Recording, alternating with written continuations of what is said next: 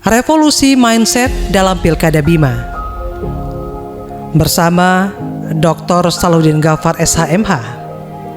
Catatan ini tujuan pokoknya menjabarkan lebih lanjut terkait maksud statement saya saat diskusi di sebuah WhatsApp grup warga dan tokoh Bima lintas profesi di Jakarta. Dapat disajikan dalam bentuk jurnal ilmiah dengan membuat analisa sebab akibat antara buruknya pengetahuan pemilih dalam pilkada dan pengaruhnya terhadap buruknya capaian pembangunan daerah.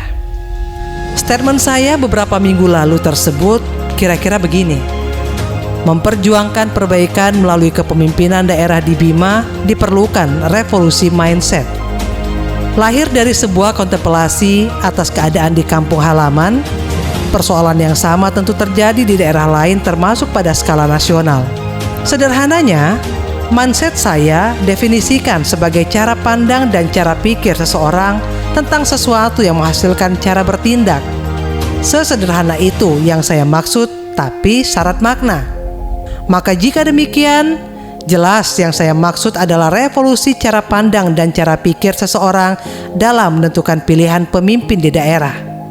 Bahkan bangsa berdasarkan kepatutan, kepantasan.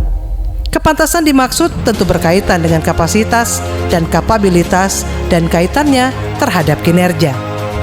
Saya menggunakan istilah revolusi karena sangat beralasan, tidak menggunakan reformasi. Penggunaan istilah revolusi itu untuk menggambarkan ajakan moral yang serius untuk semua pihak agar meninggalkan kepentingan pragmatis dengan mengutamakan kemaslahatan dalam proses memilih pemimpin. Ini sebagai clue saja, melanjutkan butuh effort besar. Seseorang atau sekelompok orang yang tidak memahami kriteria, kapasitas, dan kapabilitas calon pemimpin itu akan menghasilkan mindset yang keliru, yakni terbentuknya kelompok identitas khusus. Dalam wilayah agama Islam disebut kaum asobia yang oleh agama dilarang. Kelompok ini jika kita cermati malah membentuk dirinya menjadi pembatas yang abadi, resisten terhadap hal baru dan inovasi baru. Orang Bima menyebut mereka ini berkarakter telengare, sudah bodoh ngeyel tentang sesuatu perkara kebaikan. Diskusi terbatas beberapa tokoh di Jakarta sesungguhnya bermuara pada edukasi terkait suksesi kepemimpinan di Bima, sekaligus keprihatinan atas kampung halaman mereka. Edukasi soal apa? Tentu banyak hal. Kabupaten Bima sejak kepemimpinan Dai Ferry atau Ferry Zulkarnain diteruskan Dinda P. Damayanti. Yang paling menonjol adalah tidak adanya prosesi level up erosi, bukan sekedar degradasi moral, di mana telah masuk pada tahap extraordinary degradation. Data terkait Kabupaten Bima secara deskriptif, beberapa isu bisa dipotret.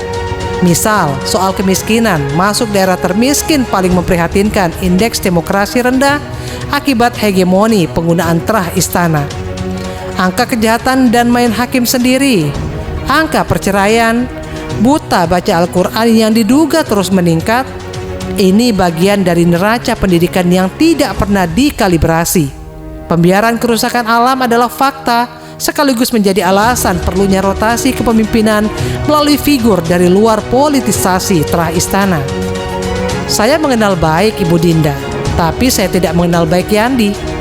Saya sangat mengenal baik Dr. Irfan, tapi saya tidak mengenal baik Adi Mahyudi. Semuanya pribadi yang baik. Sebagai praktisi human capital yang memasuki masa praktek 30 tahun, saya tahu sistem dalam menentukan baik buruk seseorang sebelum menentukan job fitting. Kata kuncinya adalah dengan job kompetensi, dua kutub ini harus berbanding lurus dalam satu job title atau kepala daerah.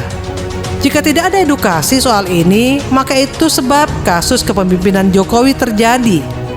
Dipilih untuk 10 tahun, sementara standar kompetensinya jauh dibanding rata-rata. Apa salah Jokowi? Hemat saya tidak. Tetapi bebalnya kaum bodoh itu sehingga mereka terus diperalat oleh penjahat politik dengan menggunakan nama kepentingan rakyat. Dalam istilah lain, saya menggunakan istilah mereka digiring untuk bernostalgia dengan kebodohan. Bahwa oleh karena saya tidak mengenal utuh beberapa figur calon pasangan kepala daerah di Bima tersebut, jikapun Anda sama seperti saya, Maka sebagai agamawan dan bagian dari kaum intelektual, saya punya kewajiban mengedukasi. Yakni dalam kondisi demikian, kita harus mengambil pertimbangan keutamaan manfaat daripada timbul mafsadat. Demikian kaidah usul fikih mengajarkan. Kabupaten Bima secara data yang paling dianggap kritis melalui kepemimpinan yang memiliki kapasitas dan kapabilitas diantaranya yang sangat mengkhawatirkan adalah persoalan erosi moral dan tanpa adanya upaya pembenahan. Misalnya, melalui program khusus pendidikan moral pada anak didik melalui proses belajar mengajar, terutama tentang etika berbasis falsafah bojo. Ini yang disebut oleh ulama kondisi mafsadat. Kita, tepatnya saya, perubahan kepemimpinan melalui rotasi generasi dan kalian menjadi wajib ain. Secara kasar mata dapat disebut kekuasaan di Kabupaten Bima itu sedang dan telah berputar pada satu keluarga. Ayah, istri ipar, dan paman, dan ingin diteruskan oleh anak. Sah-sah saja. Tentu publik tidak boleh masuk pada wilayah pribadi dalam mengkritik. Tapi publik berhak untuk mengatakan bahwa kepemimpinan dari satu klan keluarga itu gagal terkait achievement untuk kemanfaatan kampung halaman mereka. Untuk itu saya pribadi sangat mendukung isu perubahan itu.